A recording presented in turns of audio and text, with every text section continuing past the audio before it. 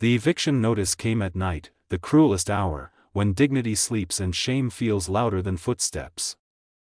The hallway lights flickered like they were embarrassed to watch, casting broken shadows over cardboard boxes stacked unevenly against the wall. Daniel Carter stood barefoot on the cold concrete floor, holding his daughter close, her tiny fingers gripping his hoodie like it was the last solid thing in the world. 7-year-old Lily didn't cry. That hurt more than if she had. She just pressed her face into his chest and whispered, "Daddy, are we in trouble?" The landlord's voice still echoed in Daniel's ears, sharp, impatient, rehearsed. "You had your warnings. I want you out. Now. No mercy. No pause. No care that a child was shivering in the night air." Daniel had begged. He hated that part most. Begging stripped a man down to nothing. But pride doesn't keep a child warm, so he swallowed it whole. It didn't work. The door had closed. Literally and metaphorically, outside, the city hummed indifferently. Cars passed. Laughter spilled out of a nearby bar. Somewhere, life was still generous, just not to him. Daniel set Lily down on one of the boxes and wrapped her in his jacket, ignoring the cold biting into his skin. His phone buzzed. Another rejected job application. He didn't open it. He already knew. Since his wife's death 3 years ago, life had been a slow, humiliating collapse. Hospital bills. Funeral costs. Reduced hours at work. Then layoffs. Then debt. Then silence from friends who didn't know what to say to a man who used to have everything and now had nothing but a child depending on him. "Daddy," Lily said softly, her voice steady in a way only children who grow up too fast manage. "It's okay. I'm brave." That broke him. Daniel turned away so she wouldn't see the tears he failed to stop. Fathers weren't supposed to fall apart. Fathers were anchors. Protectors. But tonight, he felt like driftwood, floating, useless, at the mercy of a current he couldn't fight anymore. He was considering sleeping under the bridge 2 blocks away when the black car stopped at it. Didn't honk. It didn't rush. It glided to the curb like it belonged there, glossy and quiet, expensive in a way that didn't scream but whispered confidence. The back door opened. A woman stepped out, heels touching the pavement with deliberate calm. She was tall, composed, her presence bending the air around her without effort. Her coat was tailored. Her eyes sharp, but not cold. Curious. Observant. Dangerous in the way powerful people often are. Daniel instinctively moved in front of Lily. "I'm sorry," he said quickly, already bracing for humiliation. "We're leaving. We won't be any trouble." The woman studied him for a long second, then looked past him at the eviction notice still taped crookedly to the door. She exhaled slowly. "You're not the trouble," she said. Her voice was smooth, controlled, but not unkind. "How long have you been standing out here?" Daniel hesitated. "Long enough." She crouched slightly to Lily's level. "What's your name?" "Lily," she answered, lifting her chin.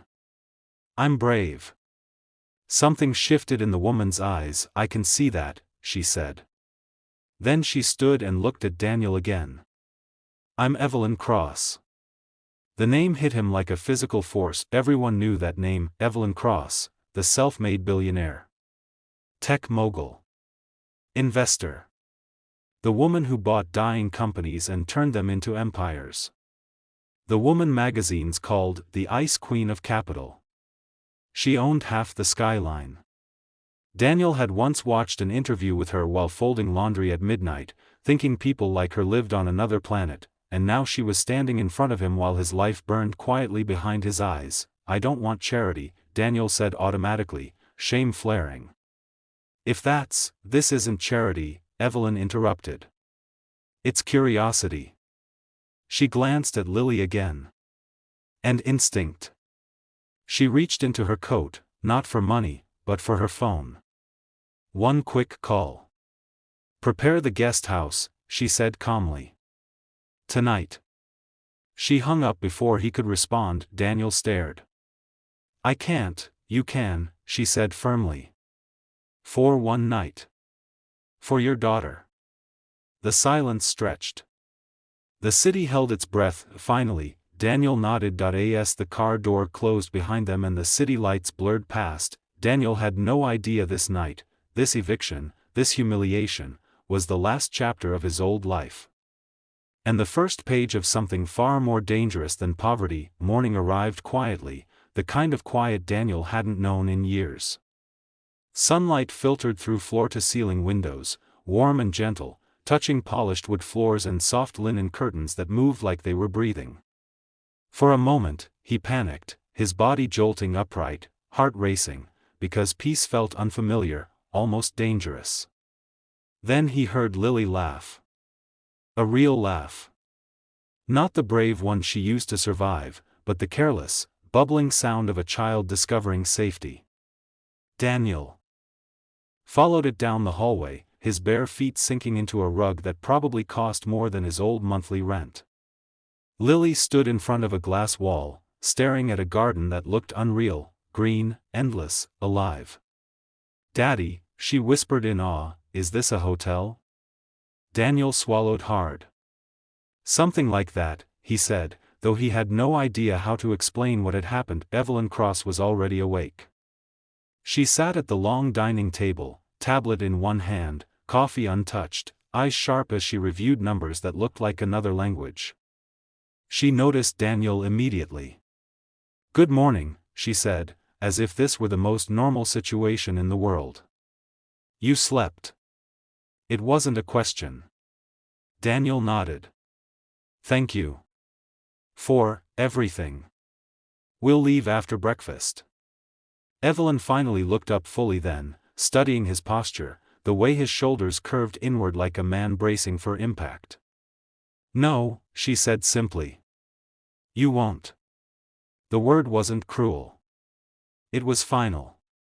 Daniel's chest tightened. "I can't stay here. I don't belong in places like this." Evelyn stood, walking toward Lily, who was now petting a dog Daniel hadn't even noticed. "People don't belong to places," Evelyn said. "Places belong to people who need them." She turned back to him. "Tell me why you were evicted." The question opened a door Daniel had kept bolted shut. He tried to answer simply, but the truth spilled out messy and raw: his wife's illness, the hospital nights, the way bills stacked faster than hope, how he worked 2 jobs until layoffs erased both, how every rejection email felt like a verdict on his worth as a man. Evelyn didn't interrupt. When he finished, his voice cracked for the first time. "I failed her," he said. "I failed my daughter." Evelyn's gaze softened, but her voice remained steady. "No," she said. "You survived. That's different." She paused. "And survival is expensive." She gestured toward the chair. "Sit." Daniel obeyed without understanding why. "I didn't stop last night by accident," Evelyn continued. "I was evicted once too." Daniel blinked. The idea felt impossible. She leaned against the table. "I was 23. No safety net. No one coming to save me. That night, someone helped me, but they didn't give me money. They gave me a chance to work. To rebuild." She slid a folder across the table. "I'm offering you the same."